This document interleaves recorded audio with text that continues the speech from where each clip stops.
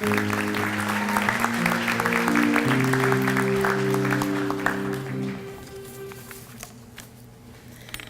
afternoon, CIC students, staff, family, and friends. For those who don't know me, I'm Aline, as Mr. Brennan said, and I came to CIC in January this year. And I'm very honored to stand before you on this stage today and share my gratitude. I think I should start by telling you that, although there aren't many things that I can say with absolute certainty, I'm confident that this has been one of the best years of my life. Usually, when people think of senior year, they think of stress, fear, and big decisions. And although that is part of it, I'm sure you can agree that it's also a time in which we learn a lot and develop into better versions of ourselves every single day. And I believe that without the support from certain groups of people, we wouldn't have been able to take the challenges that we faced this year and grow from them as we did. Firstly, I would like to thank resident staff. When I first came to Canada, I was very excited, but also a little bit scared. I had no idea what my life would be like for the next 12 months. And I'm sure most of you are familiar with that feeling because you also had to move far away from home to come here, a very new and frankly, really different place for many of us.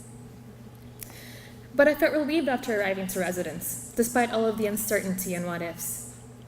As Ms. Ashley patiently explained to me how to use my lock over and over again until I finally got it, and as I walked down the hallway to enter my room for the very first time, while chatting with Miss Lena, who's really friendly and bubbly, I realized, I'm not alone here.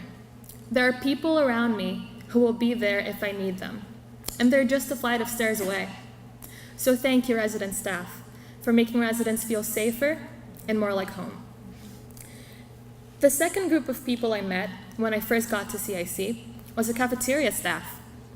Somehow, they're able to keep over 2,000 students fed across all 9 buildings every day, and I think that's mind-blowing. It's also been a pleasure hearing good morning and good afternoon from them every single day. When I'd walk into school stressed about homework or worried about tests, seeing Rahana smile to me and say, "Good morning, my friend, how are you today?" always brightened up my mood, and I'm thankful for that. All right, so let's recap. I moved into residence, ate at the caf. Does anyone know what happens next? It's orientation time. Most of us didn't really know anybody yet, and maybe felt a little bit awkward being in the middle of so many strange faces. Little did we know, however, that many of those faces were about to become very familiar because of the activities that student development prepared for us. They required us to communicate with other new students and work as a team, so we had no option but to interact and make friends in the process.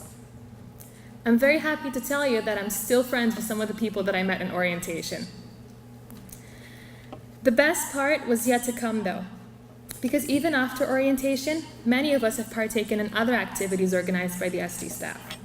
Some examples: 30-hour famine, with exercises that focused on survival skills and raising awareness for the hungry. The countless leadership teams that allowed us to build various skills. I'll never forget working with Miss Julia and the kids in JMS mentorship. And the games that sometimes took place in our free periods, which made our days a little bit more fun and lightened up the atmosphere. So thank you, SD, for helping us to develop, as the name says, and for making that such an enjoyable and rich experience. So, a couple of days go by, we all go on an amazing trip to Niagara Falls, and it's now time to start classes. This brings me to the next group of people that I'd like to thank, our teachers. Words can't express how important their job is.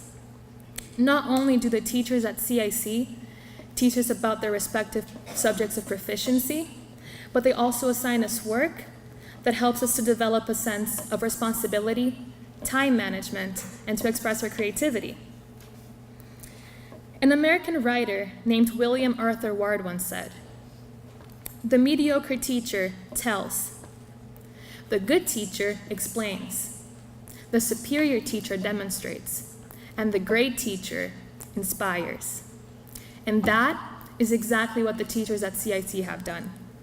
So thank you, teachers, for inspiring us to find passion in what's being taught, and for providing us with all the help necessary to understand your subjects and achieve success in your courses. So now that we have all settled into life at CIC, there are other sectors that most of us came into contact with during our first months, and who have continued to help us along the way. One of them is medical and wellness staff, who always assure our well-being in every aspect. No matter what issue it is that you reach out for help for, they're always right there with you and really run the extra mile to make sure that we are okay. So thank you, medical and wellness staff, for being some of the most caring and comprehensive people that I've ever met. Another very important group of people are our liaison officers. I haven't met all of them, but I can tell you that mine, Miss Vivian, is simply amazing and really funny too. We even have inside jokes. She's helped me with so much, and I'm sure many of you have had similar experiences with your officers. They might not be the first people we meet here, but they're often the first ones that we hear from when we're still back home. So thank you, liaison officers, for being there every step of the way and helping us to resolve whatever obstacles may arise.